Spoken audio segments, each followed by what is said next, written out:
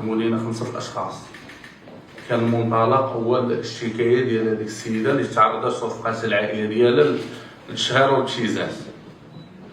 توصلنا من خلال الابحاث التقنيه اننا نتوصلوا لهذه العائله التي تجمعها اثار القرابه مع المشابه فيها الرئيسي الذي يتواجد في حاله فراغ خارج ارض الوطن. وجدنا على ان هذه العائله ديال المشابه فيها الرئيسي تقوم بمجموعه ديال الاعمال والافعال تساعد هذا المشابه في الرئيسي. هذيك اللقب او رقم النداء اللي توجه به لتهديد السيده المشاكيه من خلال الابحاث التقنيه المنجزه، لقينا هذاك رقم النداء تم تثبيته في رقم هاتف ديال تلك القاصر.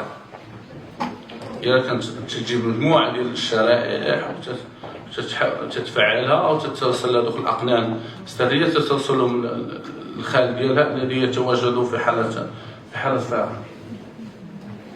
والبحث اسفر على ان لا الاخت ديال المشابه فيها الرئيسي لا زوجها بحال تنقولوا تيجيبوا لهم بزاف ديال القضايا باش يتناولهم على القناه ديالهم. من المسائل اللي توصلنا لها من خلال البحث هو زوج الاخت ديالو المشغل ديالو عنده شي مشكل مع مرته.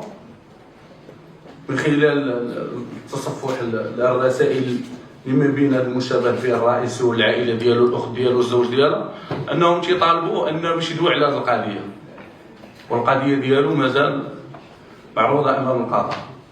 تيقول ليه انت الله يحفظك تشد الفيديو ديال المشغل ديالي عنده شي فيديو شي مشكل مع مرته، انت دوي عليه في القناه ديالو في الصفحه ديالو وكون منحاز لصالح المشغل ديالي. لقينا كذلك ابن الاخت ديالو انت تواجد معاه في قصه معينه بالخارج، انه لقينا تيقوم بواحد الاعمال مهمه ومساعده ليه. هو اللي تيقاد ليه الفيديوهات، بالاضافه اللي تقدم عندنا اليوم هو لقينا تيقاد ليه الفيديوهات وتيطبع ليه اعلانات وتيقاد ليه الصور التي تعرض على مواقع التواصل الاجتماعي. بالاضافه انه كان تيسحب مجموعه ديال المبالغ فاش ضمن انتدابات الشركات تحويل الاموال. هاد ابن الاخت ديالو كان تيتحصل على مبالغ ماليه ومبالغ مهمه. طرحتي السؤال بخصوص الطفل القاصر. بخصوص الطفل القاصر تم ترويج مجموعه ديال المغالطات حول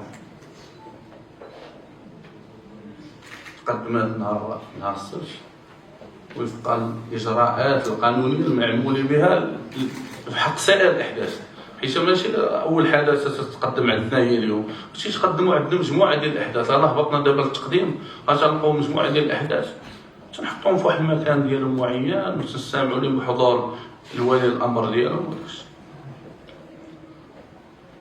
القاصر من خلال البحث تثبت على ان تساعدوا مجموعه ديال الافعال الجرميه. الاجراءات اللي نص عليها القانون، النيابه العامه حارسه على السيد قاضي الاحداث الذي قرر ايداعها باحدى مراكز رعايه الطفوله. اما ان السيده القاصر ديناها للسجن شويه لا حولناها مركز رعايه الطفوله، هذا كلام مغلوط. السيده منذ تقديمها يوم السبت تقدمت قدامنا بحضور الولي ديال الامر ديالها، استنطقنا حول الافعال المنسوبه اليها، حناها على السيد قاضي الاحداث، كذلك السيد قاضي الاحداث استمع لها وقرر حقها انها تودع بواحد المركز ديال رعايه الطفوله حمايه لها من هذه الافعال الاجراميه. وهي بالعمر ديالها 15 عام. هاد السيده القاصره اللي تعيش وسط هاد البيئه وتستعملوها في الافعال الاجراميه وتستعملوا كيفاش الاهداف النبيله. كاع تعرفوا انها تزوروا المراكز ديال رعايه الطفوله،